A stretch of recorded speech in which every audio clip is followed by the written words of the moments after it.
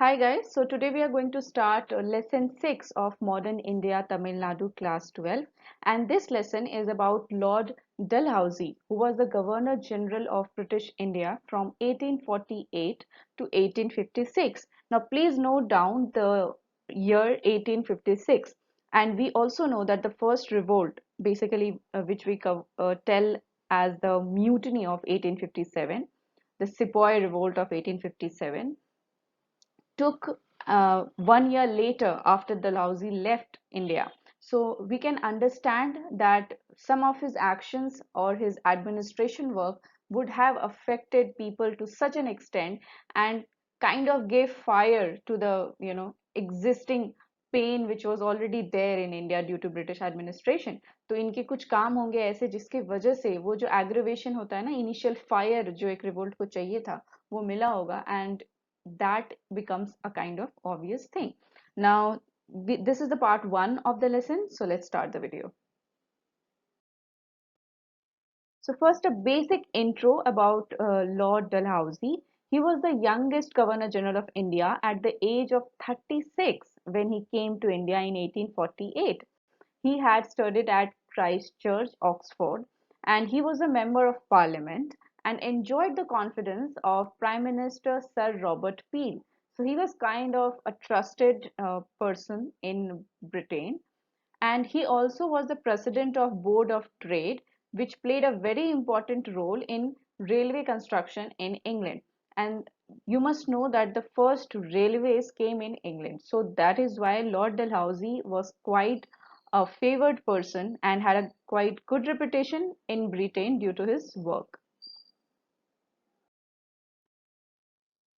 So I think one of the most controversial thing of Lord Dalhousie is his policy of annexation. और जैसा कि मैंने आपको कहा कि जो रिवोल्ट ऑफ 1857 था उसके पीछे इनका जो ये एग्रेसिव पॉलिसी ऑफ एनेक्सेशन था, ये भी काफी एक बड़ा रीजन रहा था टू गिव दैट फायर, वो जो इनिशियल एक्सटिंट चाहिए होता है लोगों को जब लोगों का होता है कि बस अब बहुत हो गया.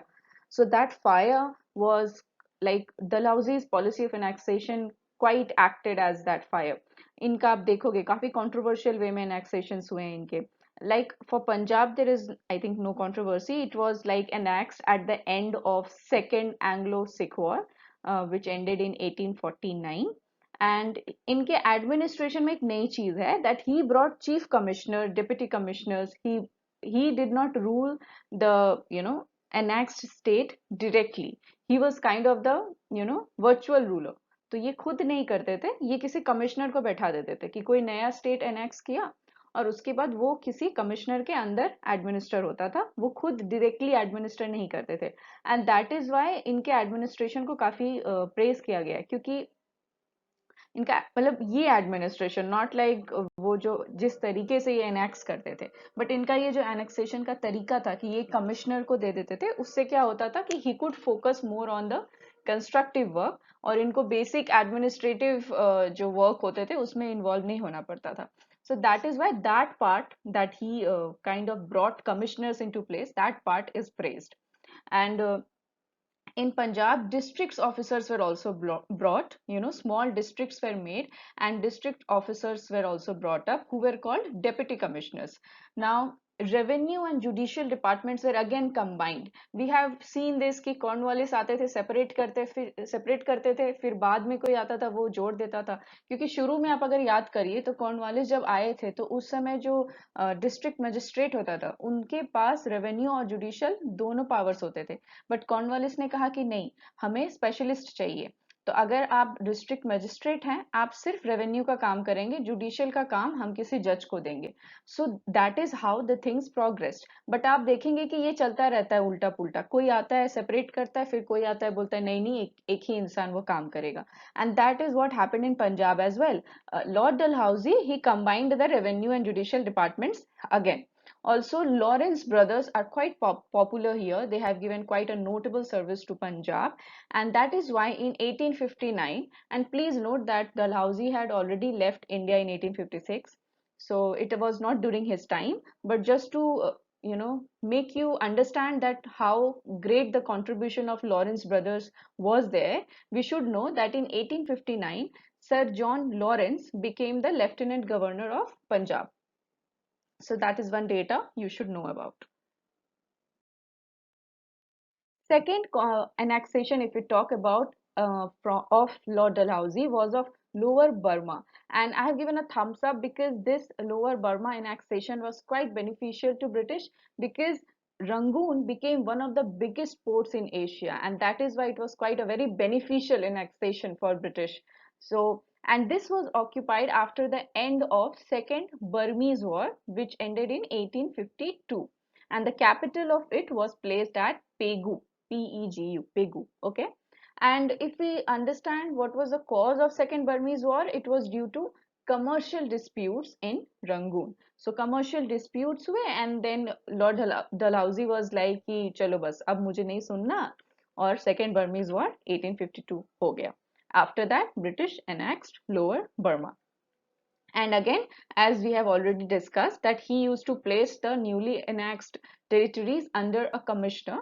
Here also he did the same. Major Arthur Fire was made the commissioner of Lower Burma. And the most controversial part of Lord Dalhousie was his doctrine of lapse. Now, this doctrine of lapse was basically applied mostly in central provinces. So, central provinces एक नहीं था, उसके अंदर काफी सारे states थे, और इन्होंने सारे वैसे ही combine annex किए थे through doctrine of lapse. तो इसीलिए वो सेंट्रल प्रोविंसेस में इतना ज्यादा लार्ज एरिया इन्होंने कर लिया था अपने अंदर कि ये लोग फिर इसको एक ही कैटेगरी के अंदर रखते हैं, सेंट्रल प्रोविंसेस. लेकिन अगर आप थोड़ा डिटेल्स में जाएंगे तो आप देखेंगे कि अलग अलग एरियाज थे इसके अंदर, लाइक सतारा, झांसी, नागपुर. तो ये सारा एनेक्सेशन कर लिया, and that is why they named it central provinces kind of. And as we can see कि अगर हम थोड़ा डॉक्ट्रिन ऑफ लैप्स के बारे में बात करें तो क्या होता था कि नॉर्मल टाइम में जो राजा होते थे, तो उनके पास ये राइट होता था कि अगर उनका कोई हेयर नहीं है, कोई सक्सेसर नहीं है, उनका अपना कोई बेटा नहीं है, तो उनके पास राइट होता था कि वो एक बेटे को अडॉप्ट कर सकते हैं, और फिर वो राजा बनेगा उस एरिया का.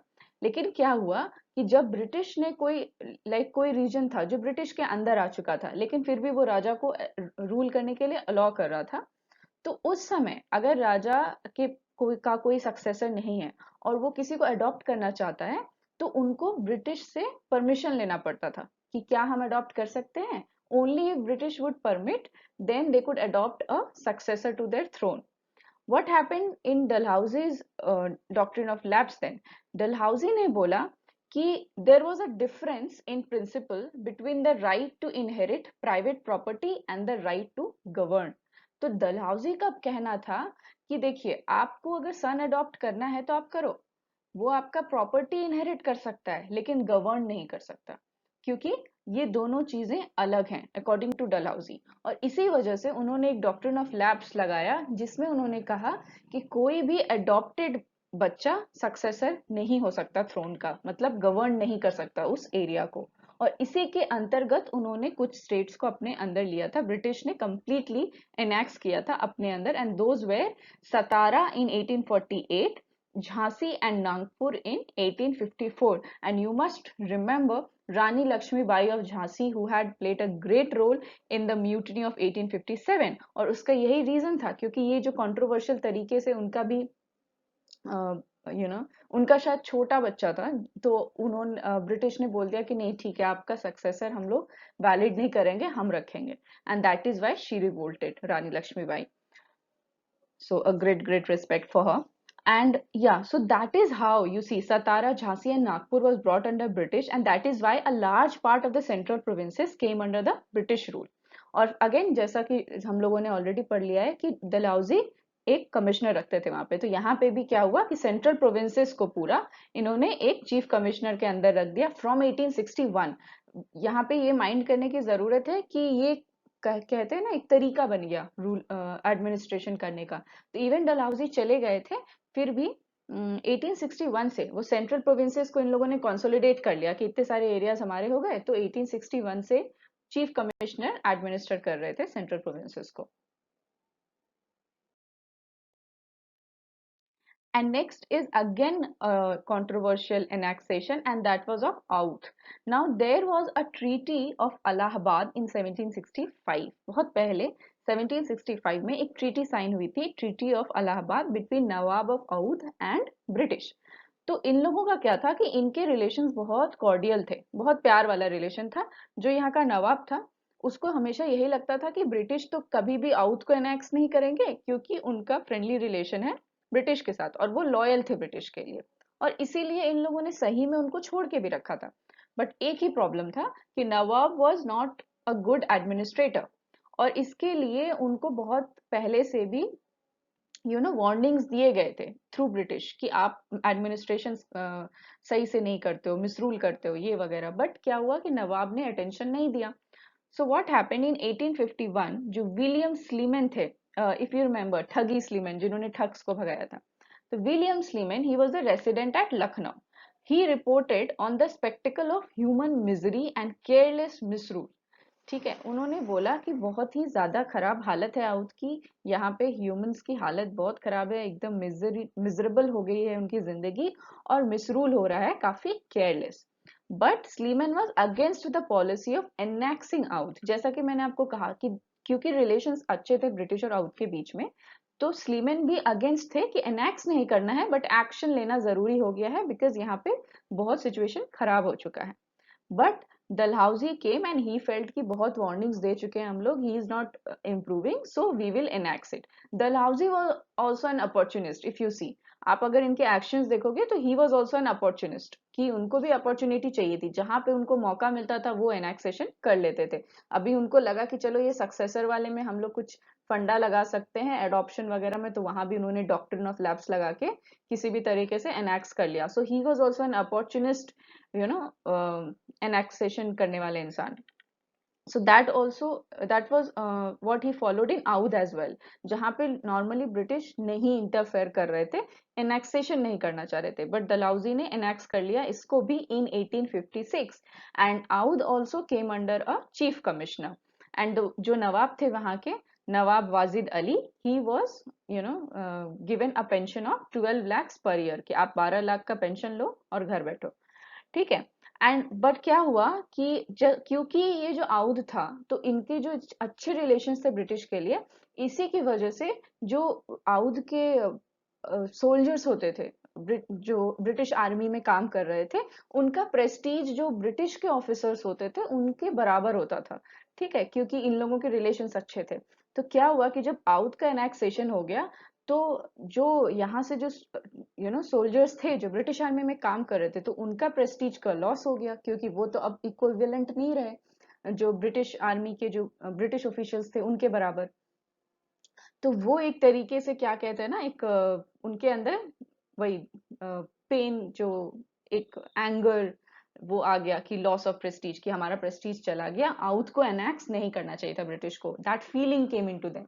And we should also note that there was a huge number of soldiers from Outh in the British army, so that was like a very big, we can say, an immediate reason for revolt of 1857, क्योंकि एक huge number of soldiers जो आउथ से थे वो against हो गए British के। And annexation of Oudh also offended the Muslim elite because they felt कि this is an insult to Muslims, and because इतने दिनों से इन्हें कभी ऐसी फीलिंग आई नहीं थी ना, तो अचानक से उन्हें एक्सपेक्ट नहीं किया था कि आउथ कोई भी ये लोग एनेक्स कर लेंगे। इनको लग रहा था कि इतना अच्छा रिलेशन है, हम लॉयल रहे हैं ब्रिटिश के लिए, इनके साथ जंग पे जाते थे, तो ऑब्वियसली उनको एक्सपेक्टेशन नहीं थी, और इसी वजह से ये जो अचानक सा एनेक्सेशन किया था, that offended the Muslim elite as well, and that is why this annexation is told to be a very big contribution to the mutiny of 1857, and that is why I've given a thumbs down, because this was not a good step for British. When I'm giving a thumbs up or thumbs down, it is not for India. India के लिए तो हमेशा thumbs down ही है, लेकिन if it helped British or not, उसके लिए I'm giving thumbs up or thumbs down. So we'll talk next in our part 2. Okay, bye bye.